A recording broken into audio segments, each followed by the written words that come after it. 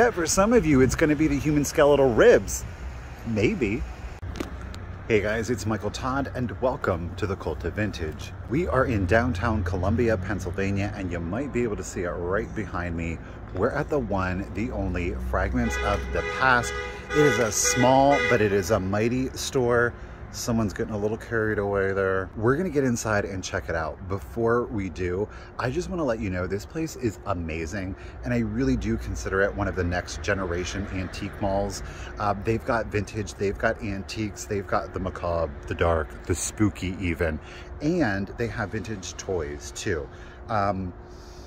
Believe it or not, those 80s folks, we know that it's like 40 years ago, and I remember them vividly.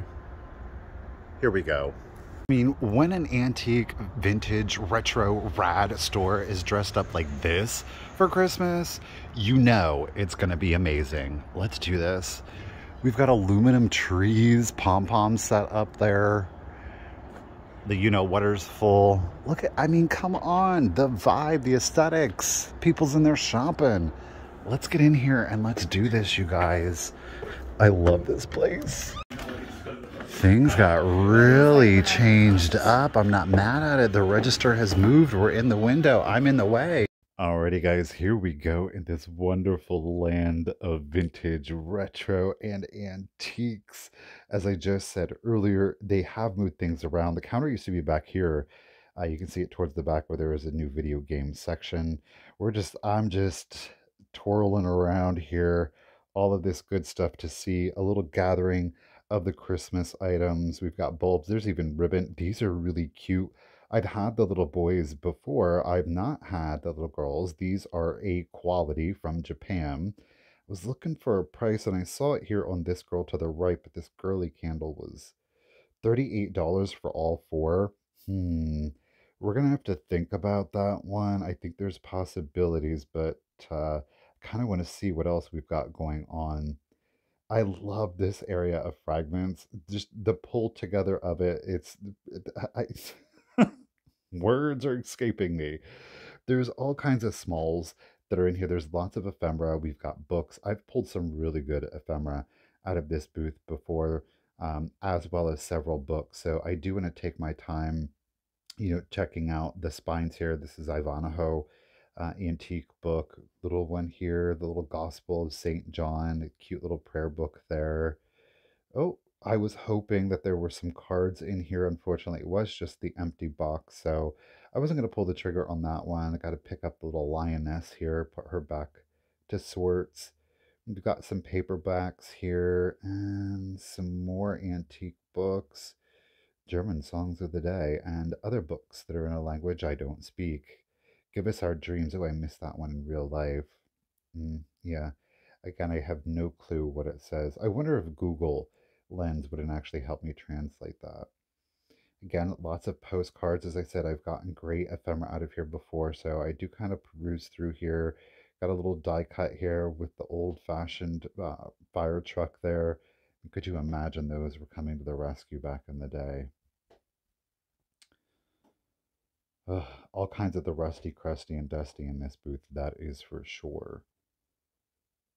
I don't know. I really dig the overall aesthetic and the vibe. That Viewmaster there with all of those slides, that's pretty cool.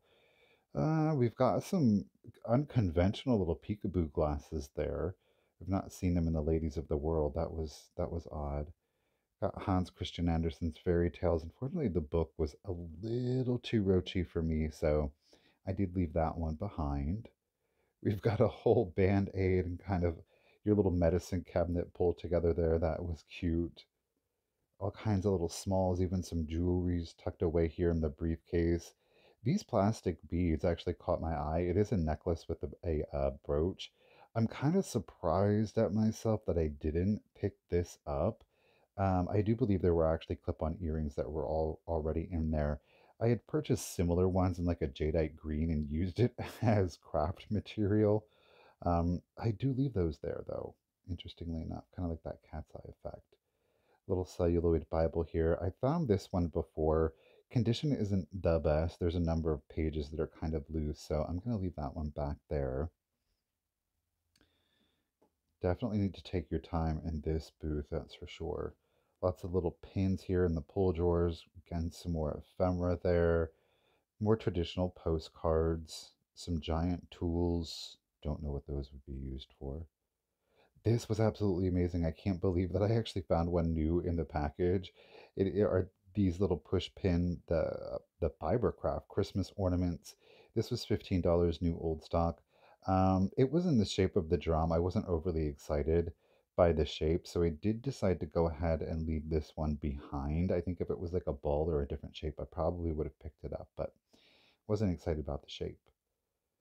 Now, as I said, there are a number of toys throughout here, and it's like 80s, 90s goodness. Strawberry Shortcake does, of course, make her appearance over here. Still looking for Banana Twirl. We've got some glowworms here. These little guys, even in their little sleeping bags, absolutely adorable. We've got Plum Puddin' here. She is a party pleaser. The party pleasers were kind of like they were dressed up to go to a party, and Plum Pudding, that was her only appearance there. One of my personal favorites, Angel Food Cake. I like her. Got some more strawberry shortcakes here, chilling out in the plastic baggies. Still hunting for that banana. Herself, the elf, another cute little line here. Only two of them. Again, a seaweed. I've got a few of those. I might have a few, more than a few, I won't lie. But this is just great to see. If you were born in the mid late 70s, even the early 80s, you're certainly going to recognize a lot of the toys here. Oh, look at Urkel there, little pull string toy. We've got an Ewok here, Papaloo. I mean, he's in really good condition. We even have some Star Wars there. I mean, what would any toy collection be without Star Wars? Battle Beast. I loved these guys as a kid. I might have a few of them somewhere.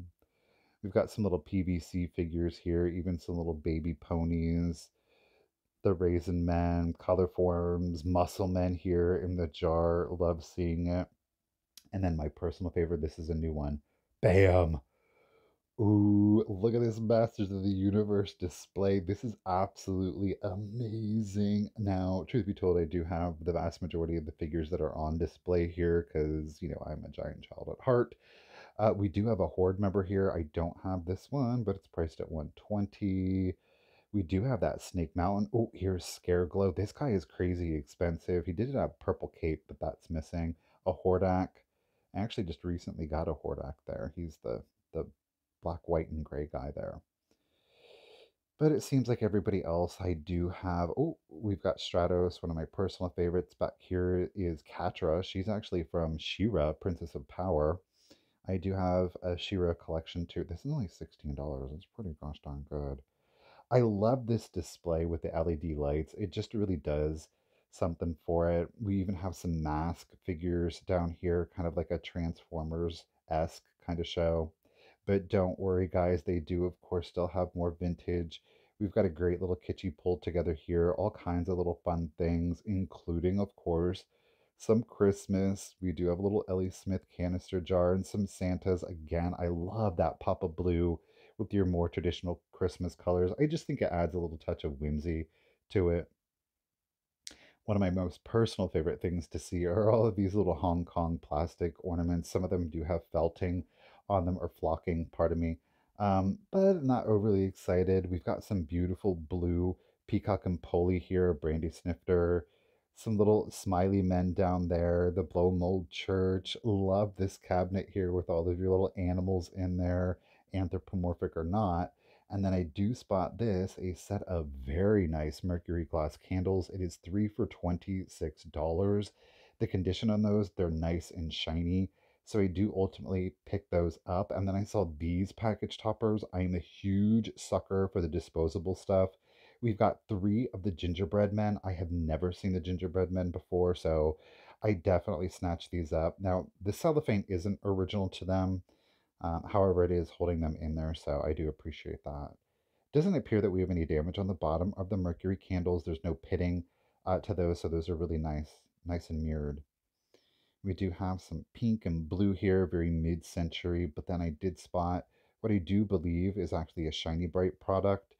This little package, no, actually, no, pardon me, it's not a Shiny Bright. The actual tree topper would have been a Shiny Bright. Now we are back to those ceramic choir kids. I do decide to go ahead and pick them all up. Again, lots more vintage here to choose from, a great variety.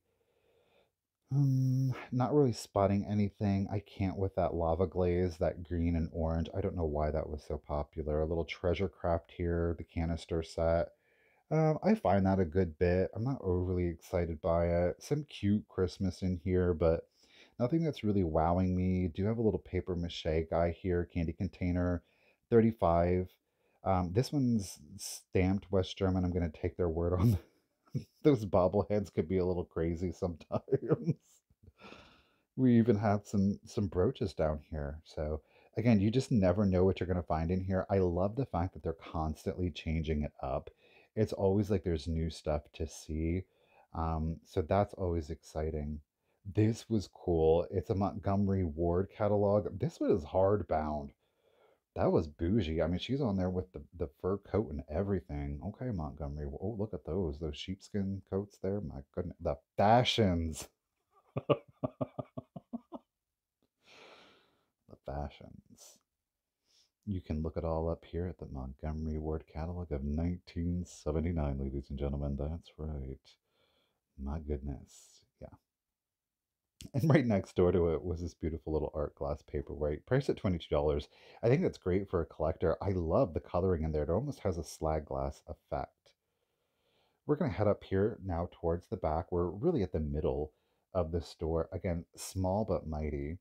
This booth, in my opinion, is very much more of kind of like the mantiques. You've got like your barware and your tiki bar setups kind of here. That little red Kool-Aid man, he's still here. I'm surprised nobody's gotten him.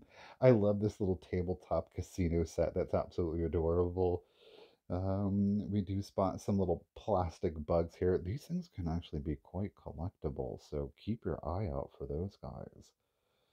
I mean, as they say, there's a market for everything out there, right? You see that some Atari games there, little Dungeons and Dragons figurines. Again, more of kind of like the mantique with the tiki bar kind of set in there. Super fun. The skull mugs. I think those are more of a contemporary piece. A little bit of records over here. We've got some furniture, some paper houses. Some of those I absolutely love. They made very little tiny ones that you could kind of pull together, or pardon me, fold together. I have no idea what these are supposed to be. They're little like glass thingamajiggers. That's what they are officially called, folks. Glass thingamajiggers. Remember that. A little art glass hummingbird here. It's priced at $25. Dynasty glass. I've never heard of them. It feels more of a contemporary piece than a vintage piece, and there's nothing wrong with that, of course. Moving on, we've got some more barware here. Look at those suitcases stacked up like that. I mean, those things are almost in like new condition. Pretty impressive to see them like that. Or sad, of course, depending on how you want to look at it. You know, the owner never really traveled anywhere and they lived a sad, lonely life all by themselves. Okay, anyhow. We're just going to say that they were very careful travelers. How about that? Kind of going from the mantiques into a little bit more of the bright and the colorful here, concentrating on the Christmas. I love. Do you see how the that lampshade, it has no fabric, and the great way in which they display those ornaments? Keep that in mind. I think that's a fantastic idea. If maybe you're limited in space and you have more ornaments than you do display ability, maybe you have a lamp where you can kind of replace the shade, um, leave the metal framing on there, and then you can kind of string on your ornaments to display them. I think that would be amazing, especially with the light in there, bright and colorful. So just a non-traditional way to kind of display your ornaments. I thought that was done really well. Now we do have a little book here. It was cute. The cover on it really did grab my attention, but I really just, subject matter didn't really overly all excite me. So I did leave that one behind. Got a little gathering of buttons in here. Buttons. The pinups. My goodness. Don't worry, I don't pull too many out because I don't know what we're going to see. So, the Chicago Bulls. Some figurines, but all right, guys. Warning: we are about to head into the macabre. Okay, we do see some warning Um, Artwork here with the hair again. This is kind of like a warning if you don't like the kind of like the dark. It's time to leave, folks, because it's going to get real dark. Yes, we do have human skeletons that are pulled back through here. There's a number of human bones, stuffed animals, mourning jewelry, mourning photography. First thing that did catch my attention was this wizard fortune teller. This thing is amazing. Could you imagine? Look at that. Looks to be in overall good condition. I had to know how much it was. Quanto costa? 1050. I mean, where else are you going to get one? Check out this piece of morning art. My goodness, look at that. The intricacy in that. Here's another example of it. These are very nice. Look at the frame on this alone, though. Yet again, another example. I have never seen so much morning art or hair art. Look, you see some more back there. Fre- That's scary doctor implements. Oh my goodness, look at this one over here. That's a lot of hair. You know what I mean? Like that's a lot of hair. Hence the hair receivers. Again, Victorian ladies. You didn't waste anything, including your own hair. Thankfully, there's not like fingernail art. Could you imagine? Maybe there is. Really interesting print here. It looks like a kind of like a morality kind of print. A lot of the chalkware, religious iconography, of course, Jesus, Madonna. Look at this one, the moon and the star, the crescent moon and the star. That one's really interesting. I've never seen them do a shape like that before. So again, lots of the strange and the unusual. This looks like it was artisan made. Well, obviously it was artisan made. Oh, look at this beautiful decanter. And look at that ruby red on that. Oh my gosh. With that silver overlay on it. Ooh, my goodness. That's real metal. That's not like just painted on there, folks. It's like hammered out and attached. That is stunning. Oh, that color. Ooh, and then this scary little girl right here chilling. Antique German doll. Only 32. I was like, excuse me? And this is a Betty buy. There's a little black mark on there. I was like, wait a minute. These things usually go for 125 to about 300 depending on the manufacturer. She is in a composition articulated body. The taffeta dress is not original to her, but she does at least have a dress. I was kind of seeing if there was part in the knee bone, literally. If there was any crazing. I was dedicated because I didn't even care. It was chilling on his skeleton. I just picked her right up. Whoa. Whoa, sister, hold on. Strung a little loosely. That is not creepy at all. So those Betty by eyes do work. I did pick her up and I was able to successfully remove all of the dirt and the blemishes from her face. And only $32. She's missing her manicure, but bless, she's probably 100 years old, so I'm not mad at it. That is not a disturbing shot at all. I told you it was going to get dark. Of course, we do have the glass fronted coffin with stains, mystery stains, ketchup. It's ketchup, folks. It's just ketchup. Oh boy. Lots of photography, a lot of morning photography. We do have some small lockets with the hair art. We've got some ephemera down here. Oh, I kind of spotted something right here, right off the bat. It was this postcard here. Ooh, look at that graphic. The pace that kills. He's out there drunk driving on the death machine there. This one is postmarked from October 21st, 1908. I'm assuming they used it for Halloween. I most definitely snatched this one up. I've never seen this image before, and it is in really good condition. So, yeah, an unusual subject matter. Always going to sell it. Now, these books did catch my eye. These are salesman samples. So a salesman would be able to take this around and you could choose different bindings. And there is some ribs on here, and I'm going to try to just get away. Move bones. Now my fingerprints on them. Oh boy. I'm gonna just move the vertebra over here. Okay.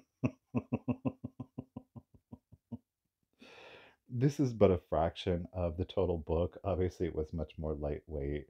You're seeing here the spine. Then, so a salesman would come in and say, would you like to purchase a copy of The Imitation? Look at that. Now that would come, of course, with the full book. The full book would probably be about